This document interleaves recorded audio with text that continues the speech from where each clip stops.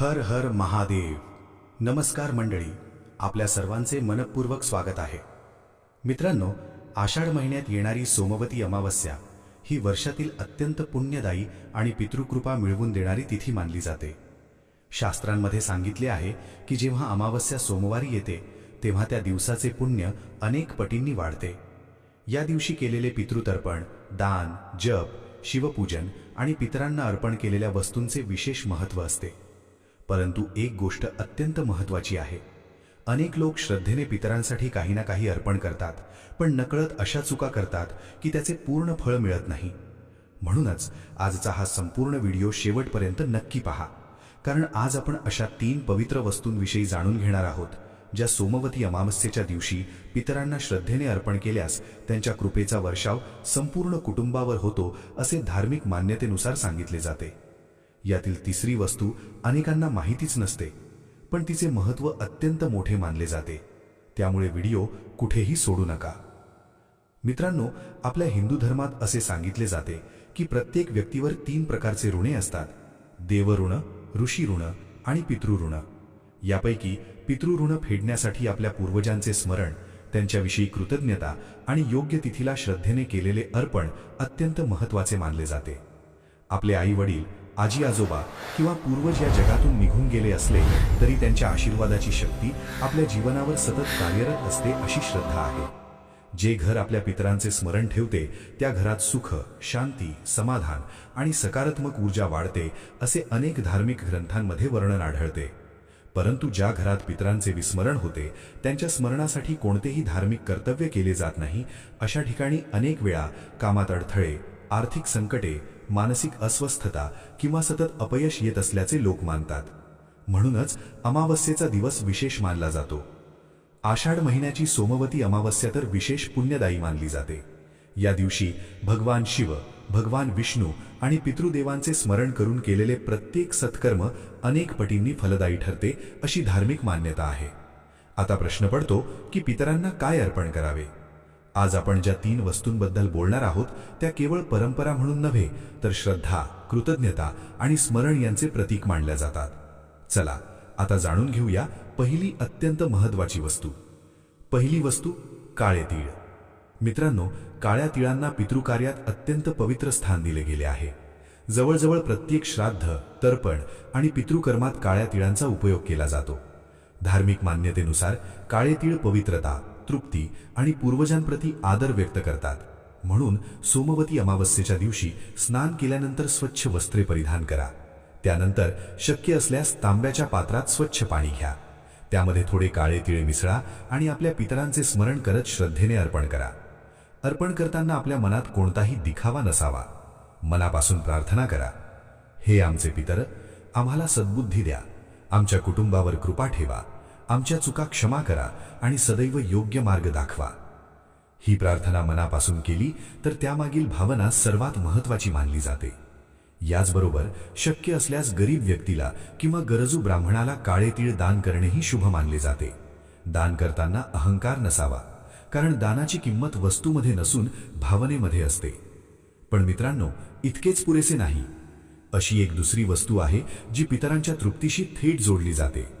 अनेक लोक पहिली वस्तू अर्पण करतात पण दुसरी विसरतात, त्यामुळे तिचे महत्त्व नक्की जाणून घ्या। दुसऱ्या वस्तूकडे जाण्यापूर्वी एक छोटी विनंती, जर तुम्हाला अशी धार्मिक माहिती आवडत असेल तर व्हिडिओला लाईक करा आणि कॉमेंटमध्ये ओम नमः शिवाय अवश्य लिहा। तुमची श्रद्धा आणि सहभाग आम्हाला अशाच आध्यात्मिक विषयांवर माहिती देण्यासाठी प्रेरणा देतो। आता जाणून घेऊया दुसरी पवित्र वस्तू। दुसरी वस्तू, शिजवलेले अन्न किंवा खीर। धार्मिक परंपरेनुसार पितरांना प्रेमाने तयार केलेले सात्विक अन्न अर्पण करणे अत्यंत शुभ मानले जाते। विशेषतः खीर, तूपयुक्त भात किंवा साधे सात्विक अन्न श्रद्धेने अर्पण करण्याची परंपरा अनेक भागांत आहे। लक्षात ठेवा, हे अन्न रागाने, घाईघाईत किंवा केवळ औपचारिकता म्हणून बनवू नका। जेवढी शुद्ध भावना तेवढे अधिक धार्मिक समाधान मिळते अशी श्रद्धा आहे।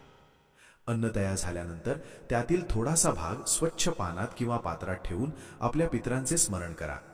त्यानंतर शक्य असल्यास ते अन्न गाय, कावळा किंवा गरजू व्यक्तीला द्या। अनेक ठिकाणी ही परंपरा पितरांच्या स्मरणाचे प्रतीक म्हणून पाळली जाते। येथे एक गोष्ट लक्षात घ्या, जर कोणत्याही कारणामुळे हे सर्व करणे शक्य नसेल तर निराश होऊ नका. आपल्या परिस्थितीनुसार जितके शक्य आहे तितके श्रद्धेने करा, कारण धर्मात भावनेला सर्वोच्च स्थान दिले गेले आहे. पण अजूनही सर्वात महत्त्वाची गोष्ट बाकी आहे. आज आपण ज्या तिसऱ्या वस्तूबद्दल बोलणार आहोत तिचा उल्लेख अनेक जुन्या धार्मिक परंपरांमध्ये आढळतो. अनेकांना तिचे महत्त्व माहिती नसल्यामुळे ते हे पुण्य गमावतात. म्हणून पुढील भागात आपण जाणून घेणार आहोत ती तिसरी पवित्र वस्तू कोणती आहे, ती कोणत्या वेळी अर्पण करावी, कोणती प्रार्थना करावी, तसेच सोमवती अमावस्येच्या दिवशी कोणत्या चुका टाळल्या पाहिजेत जेणेकरून पितरांची कृपा आणि भगवान शिवांचे आशीर्वाद संपूर्ण कुटुंबावर कायम राहतील. म्हणून पुढील भाग नक्की पहा. मित्रांनो, आतापर्यंत आपण 2 अत्यंत महत्त्वाच्या वस्तू जाणून घेतल्या, पण आता आपण ज्या तिसऱ्या वस्तूबद्दल बोलणार आहोत ती अनेक धार्मिक परंपरांमध्ये अत्यंत शुभ मानली जाते. अनेक जण काळे तीळ अर्पण करतात, अन्नदानही करतात, पण ही तिसरी गोष्ट विसरतात. म्हणूनच हा भाग काळजीपूर्वक ऐका. तिसरी वस्तू शुद्ध जल आणि पांढरी फुले. धार्मिक मान्यतेनुसार पाणी म्हणजे जीवनाचे प्रतीक. आपल्या पूर्वजांच्या स्मरणार्थ स्वच्छ जल अर्पण करणे ही अत्यंत प्राचीन परंपरा आहे. जर त्या पाण्यात थोडे काळे तीळ, कुश उपलब्ध असल्यास किंवा काही थेंब गंगाजल मिसळले तर ते अधिक पवित्र मानले जाते. यासोबतच पांढरी फुले अर्पण करणेही शुभ मानले जाते. पांढरा रंग शांती, पावित्र्य आणि आदराचे प्रतीक मानले जाते.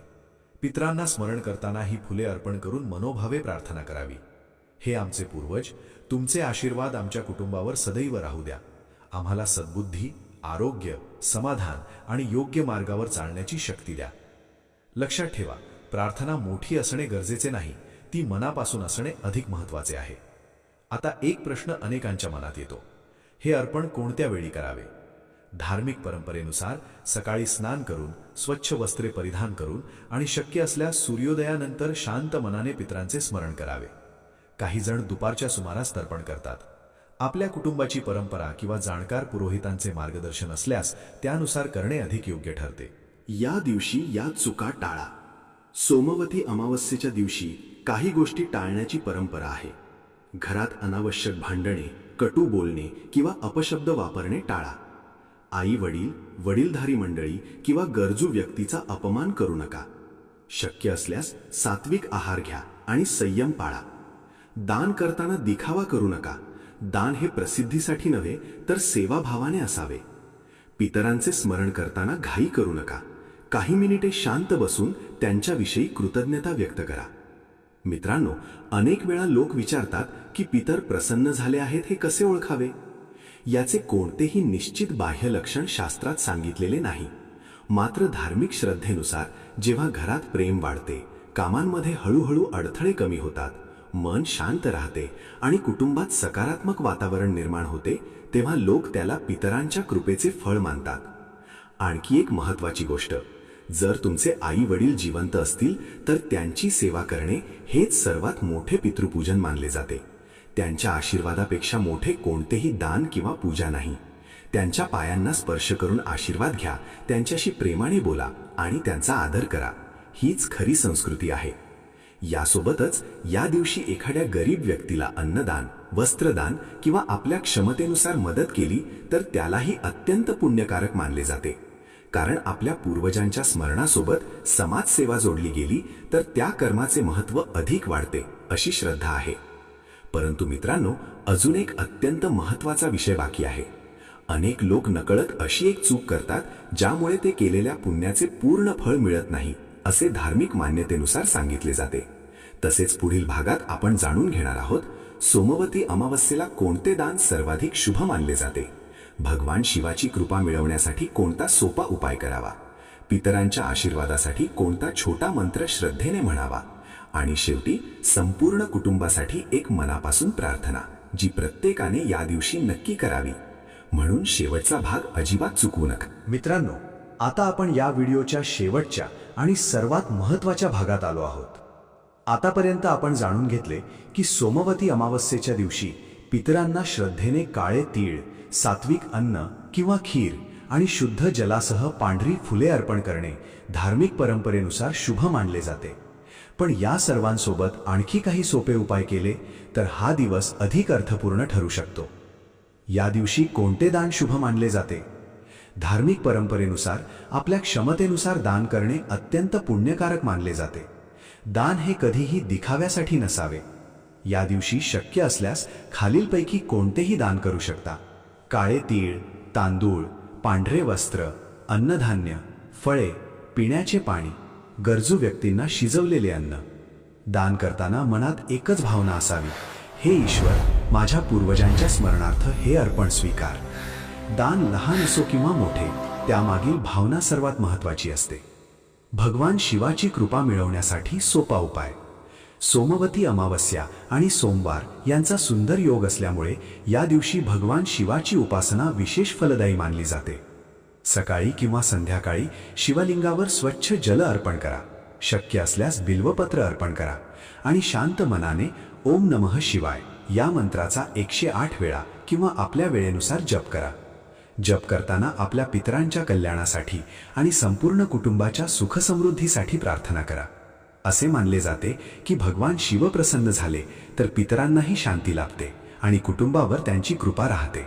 पितरांच्या स्मरणासाठी छोटी प्रार्थना. दोन्ही हात जोडून शांतपणे म्हणा, हे आमचे पूजनीय पितर, आम्ही तुमचे कृतज्ञ आहोत. तुमच्या आशीर्वादामुळे आम्हाला जीवन, संस्कार आणि कुटुंब मिळाले. आमच्या हातून झालेल्या चुकांना क्षमा करा. आमच्या घरात प्रेम, आरोग्य, सुख, समाधान आणि सद्बुद्धी कायम राहू द्या. आम्हाला धर्माच्या मार्गावर चालण्याची शक्ती द्या. ही प्रार्थना मनापासून केली तर त्यामागील भावना सर्वात मोठी पूजा मानली जाते. या दिवशी लक्षात ठेवण्यासारख्या काही गोष्टी. आई वडील आणि वडीलधाऱ्यांचा आशीर्वाद अवश्य घ्या. कोणाचाही अपमान करू नका. शक्य असल्यास राग, वाद आणि कटू बोलणे टाळा. एखाद्या गरजू व्यक्तीला मदतीचा हात द्या. पक्षी, गाय किंवा इतर प्राण्यांसाठी पाणी ठेवले तर तेही सेवाभावाचे कार्य मानले जाते. दिवसभरात काही वेळ देवाचे नामस्मरण करा. मित्रांनो, एक गोष्ट नेहमी लक्षात ठेवा. पितरांची कृपा मिळवण्याचा सर्वात मोठा मार्ग म्हणजे चांगले आचरण, सत्य, सेवा आणि कृतज्ञता. केवळ विधी करून उपयोग नाही, आपल्या वागण्यातही संस्कार दिसले पाहिजे. ज्या घरात प्रेम, आदर आणि धर्माचरण असते त्या घरात सकारात्मक ऊर्जा टिकून राहते, अशी श्रद्धा आहे. आजच्या या पवित्र सोमवती अमावस्येला आपल्या पूर्वजांचे स्मरण करा, त्यांच्या प्रती कृतज्ञता व्यक्त करा आणि आपल्या क्षमतेनुसार एखादे सत्कर्म नक्की करा. महादेव आणि आपल्या पितरांची कृपा तुमच्या संपूर्ण कुटुंबावर सदैव राहो. तुमच्या घरात सुख, शांती, आरोग्य आणि समृद्धी नांदो, हीच मनपूर्वक प्रार्थना. जर हा व्हिडिओ तुम्हाला आवडला असेल तर त्याला लाईक करा, आपल्या मित्रपरिवारासोबत शेअर करा आणि कमेंटमध्ये हर हर महादेव आणि ओम पितृदेवाय नमः अवश्य लिहा. पुन्हा भेटूया अशाच एका धार्मिक आणि प्रेरणादायी विषयासह. हर हर महादेव.